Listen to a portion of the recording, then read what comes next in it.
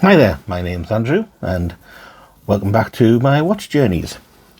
Today we're going to be having a look at my Tudor black base ceramic, which I went on a journey to Geneva to pick up. So let's have a look. So anyway, the most interesting thing is the watch, so let's just get this out the way. This is the strap that came with it. It's a hybrid strap. Again, I'll go into that in a bit more detail. So let's have a look at the watch itself. So, nice black box. I got it from, I think it's pronounced Bucherer, which is in Geneva itself. Wouldn't go back there again. Didn't like their customer service. Not that it actually let me back in the shop anyway. So let's have a look. There it is, a little beauty. So, yep, the Tudor black base ceramic. I've got this one on a rubber strap. There's a reason for that. Same reason I won't go back to Bucherer. So let's just put that back in there. Close it up. And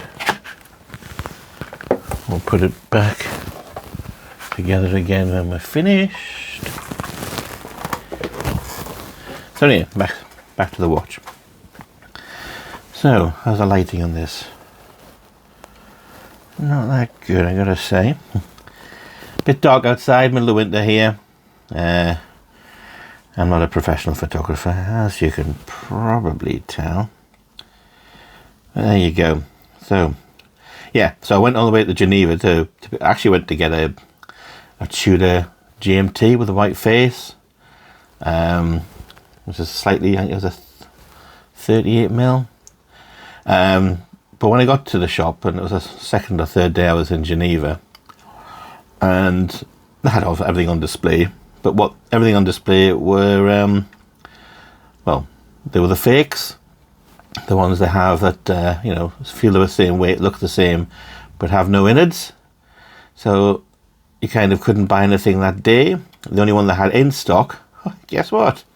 It was the black base ceramic, which, you know, I'm so glad I bought. And at the time it was like, well, I came to buy a Swiss watch in Geneva. It's something I've always wanted to do, and this is, you know, this is me doing it.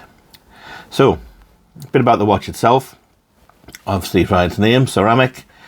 It is all ceramic. I think the bezel ceramic's got a sunburst effect on it. Has the snowflake hands, quite minimalistic looking. Quite pared back, I believe is the expression. Now, the reason I have a rubber strap on and not the original is because here's the original strap. Very nice. I think they're called hybrid. It's like rubber on the inside and a nice sort of suede leather on the outside.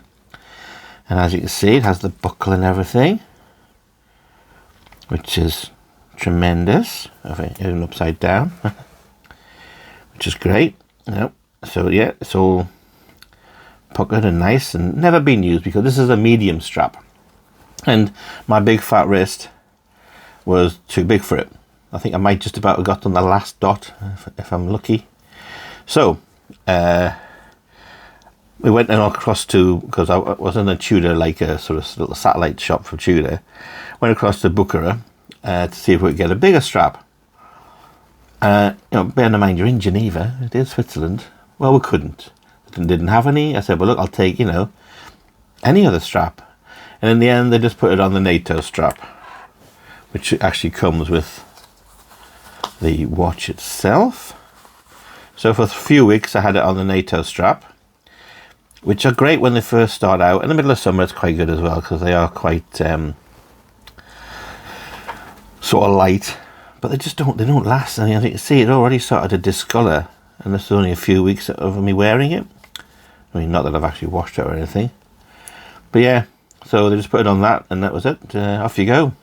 So you can try it again in the Bucherer store in London. We'll email them and try and see if they can get you a bigger strap. And they didn't even reply to me or them. And in the end, I kind of just gave up, and obviously they weren't interested once they got the money, and they weren't interested in what, whether I was happy or not. So yeah, not impressed with Bucherer, but that shouldn't let that affect my thoughts on Tudor. Thing about Tudor watches is, and I do love the power supply, which is like a 70 hours.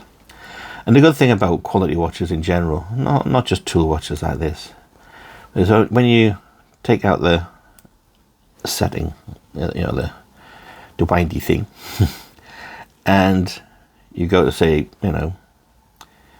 set it to time. So, and the thing is, it's instant. There's hardly any play on this. The slightest movement and then actually affects it. Probably shouldn't be affecting the second hand, but there you go. It is.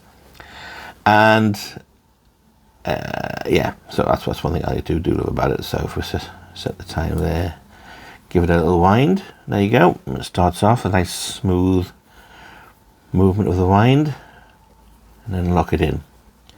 So anyway, yes, I got this rubber strap from AliExpress. I know, my God, how could I?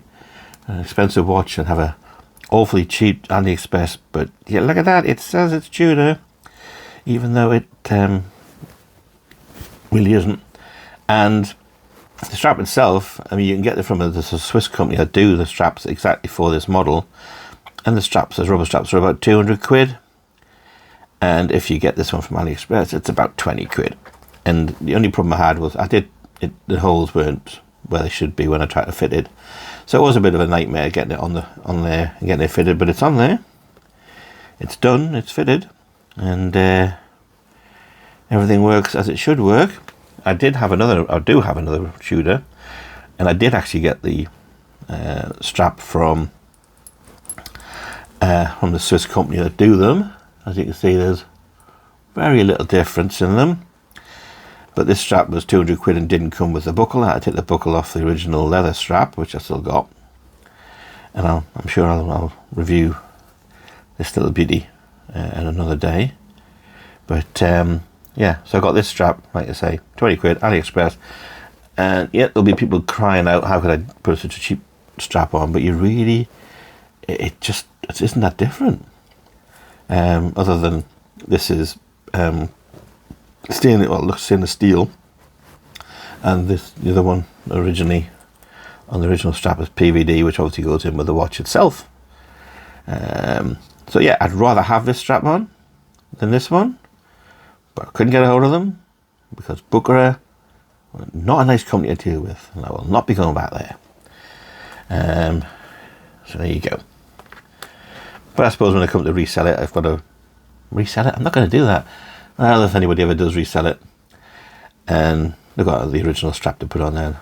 Might add to the resale value. So yes, as you can probably see from the background, the back of the watch, they did, and they have put the PVD on the back of the watch. I don't know how they do that and get the movement to like work properly. So they obviously coat it, and then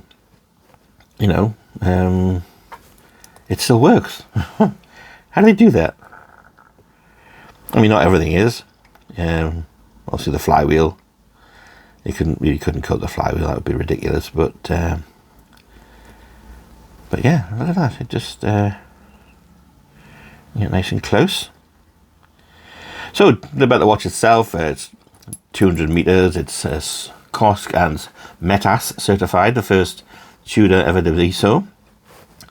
And for a few years, it was the only Tudor that was as well. They've now recently started bringing out a lot more, and they're all COSC, COSC, I think it is, or COCS? No, CO, I don't know. Yeah, so it's the Swiss timekeeping people, and also METAS. So it's a highly accurate watch.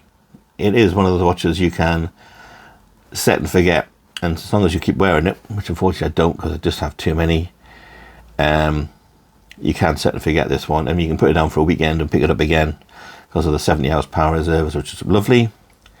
Again, nice shape. One thing I do love about it, I don't know if you can see this, is how it's sort of sandblasted or microblasted on the on the side here, but the polished little edges. I don't know if you can pick those up. Yeah, you can. Which I just think is a fantastic little thing. I know it's all a bit sad for me, but there you go. Yeah, very minimalistic, lovely to wear, lovely. Just, you know, feels right. It's a beautifully made watch. Sapphire on the crystal for the case, back case, and also sapphire at the front. I don't think it has any anti-reflective, as you can probably tell me trying to get a good shot of it, and it doesn't have any. So yes, I went all the way to Geneva by train. I do like my trains, and picked this up, got it. I did want the other one, and I didn't get it, but I actually got a San Martin lookalike instead. I know, I'm a bad lad. I do like the AliExpress. And yeah, and that's kind of says that's okay. I'm happy with that, and I love this. I am going to get another Tudor. I'm in the middle of looking at them. I know there's the pink chronograph come out.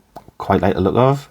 Kind of out there a bit, but I've been told the pink in person is not as sort of bright as you might expect. But they also do one with a gold face, part of the Black Bay range, you know, the chronograph. So I'm looking at that, but it's a lot of money, and I've just spent too much on these things. But hey, you're only here once, mate, and if you like it and you've got the money, I think you should get it, and stuff what everybody else says. So there you go. Yeah, lovely watch. I could give you all the specs, but you can go anywhere for that, really, can't you? It's supposed to be 41.3 millimeters in diameter, 14.65 millimeters in depth, which is quite a lot actually. Didn't think it would be that much. Lugs are 22. Lug to lug's 50 millimeter. Being ceramic, it's not too heavy. It's about 100 grams. The back, this part is steel, I think, coated in PVD, and also the winder is steel coated in PVD. It's got an MT5602-1U movement in it, which is lovely and works very well. Cost me about 4,300 Swiss francs, or was it a bit more? Can't remember, got it somewhere, but anyway.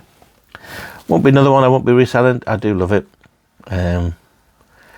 It's just very simple and nice watch.